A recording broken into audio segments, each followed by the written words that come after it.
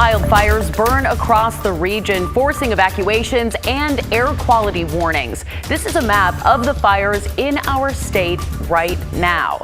Hello and welcome to KGW News at 5. I'm Brittany Folkers, and tonight we have team coverage for you on the growth and impact of several of these fires, including the Macgyver Fire, the Vida Springs Fire, Double Creek, and Cedar Creek fires.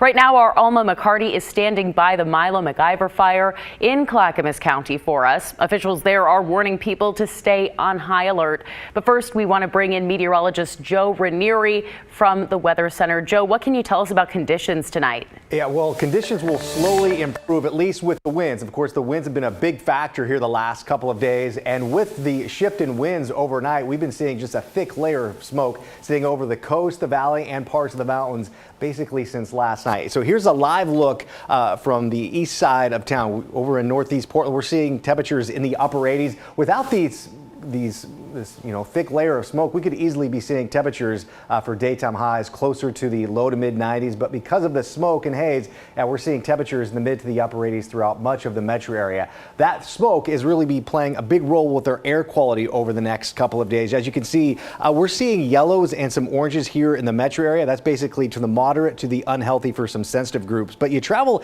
near Lane County, where that big wildfire has been burning, very unhealthy conditions. And this is going to be kind of the trend here the next couple of days. Now that smoke will slowly clear out, but it's going to take another couple of days. We're still going to be seeing smoke a good part of tomorrow and into the early part of Monday. And because of the high fire danger, you can see this red color throughout much of really the Pacific Northwest. You're looking at the fire danger going to remain high the rest of tonight and into parts of the overnight hours in a few locations. We also are going to be dealing with the air quality alert throughout the central and eastern side of the state as well. Looking at the visible imagery map, you can see where that large fire it continues to burn. It really exploded overnight, and that's what we're seeing with the smoke coming in from parts of Lane County.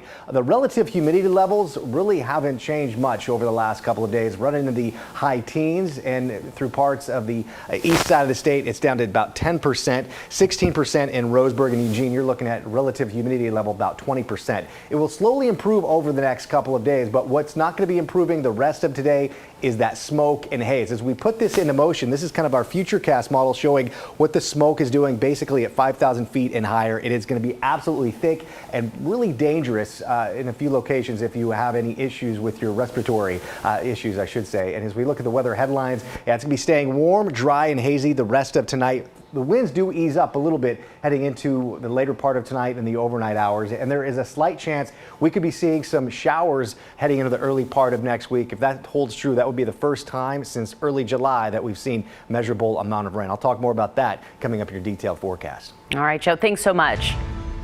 Fire officials in Clackamas County are reminding residents to stay on high alert, and if you're told to evacuate, pay attention as the Macgyver Fire in Macgyver State Park continues to burn. At last check, crews contained it at 25 acres, but those dry conditions and hot weather and wind make for a challenging situation. Our Alma McCarty is live in Estacada for us near the park with the latest. Alma. Well, Brittany, firefighters first saw flames in the state park around 9 last night. They said at the time the fire was the size of a football field, but it has since grown, as you said, to 25 acres and pretty much stayed that way throughout the day. However, officials are keeping a close eye on it to make sure the flames don't spread quickly.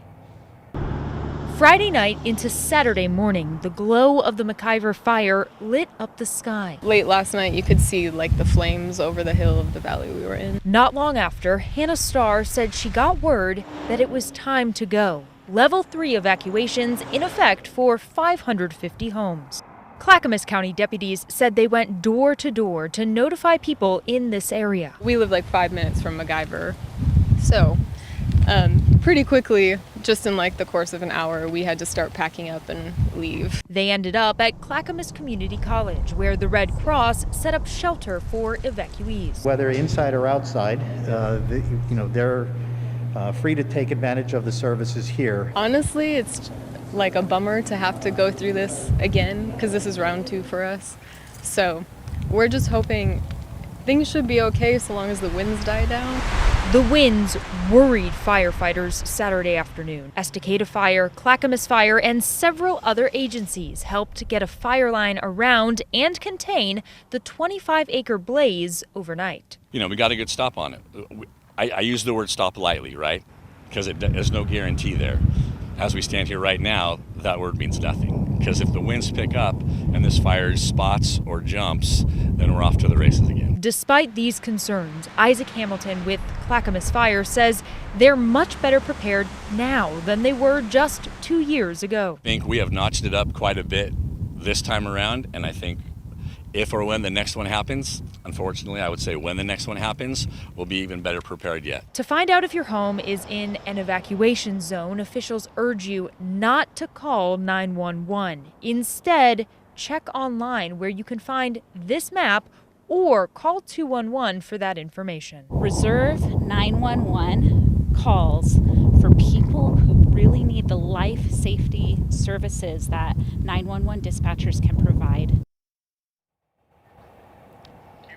Now, at this current time, there is no ETA, according to Clackamas officials, as to when people can return home and those evacuation orders lifted. Right now, the level 2 and level 3 evacuation orders, I should say, are still in place. They did confirm for us that there were some structures that were damaged by the fire, but as to what those are and where they are, we don't know yet. We're going to stay on top of this story, on top of the Macgyver Fire. For now, reporting live in Clackamas County, Alma McCarty, KGW News. All right, yeah, an all too familiar scene for many folks in Clackamas County. Thanks so much, Alma.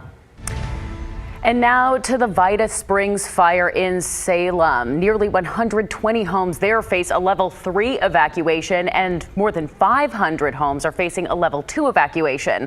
Level 3 meaning go now, 2 meaning be ready.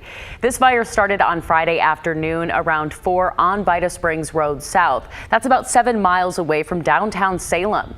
Right now, the fire is 100% contained, but crews say they still have work to do. Fire officials gave us an update this morning that they do have the fire 100% contained.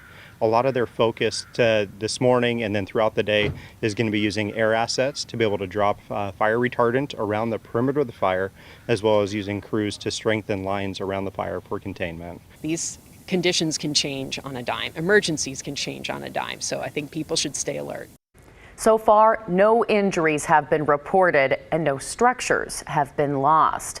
We were there, though, Friday night as people packed up and left, evacuating the Vida Springs fire. Our Catherine Cook talked to families and neighbors forced from their homes. Friday evening in South Salem, as dozens of trucks and trailers headed for safety under hazy skies. Sheriff's deputies say a grass fire sparked near Vida Springs Road South triggered multiple evacuations. We got a text message saying level 3 evacuation and go. Marjorie Van Anda and her family joined other evacuees at Judson Middle School with one burning question on their minds. What are we going to do? If we lose everything, we've lost everything. They packed their 5 cats, including Sweetie here, and left the rest behind. Many in the evacuation zone own livestock. Volunteers responded, driving several trailers to Judson Middle School awaiting horses in need of care. First responders say, fortunately, they were ready for all of this. So we had a task force already stood up. We were on hand. We were waiting basically for this to happen. Salem Fire's Greg Walsh says crews got a good handle on the fire by air and land, but there are still hot spots. For that reason, he says evacuations will stay in effect at least through the night. There is projected winds, high winds overnight as well. So there could be a potential for that fire to catch those winds and expand again and then create another hazard for people. So we don't want people going back into that zone and becoming basically put at risk again. And that was Catherine Cook reporting. Now, the fire in South Salem is 100% contained tonight, but evacuation orders are still in place. The shelter for evacuees in Salem is at Judson Middle School on Jones Road.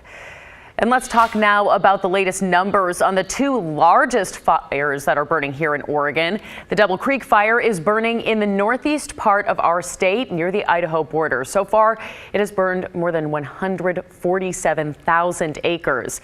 Luckily, no one has died from the fire. Two structures, though, have been destroyed.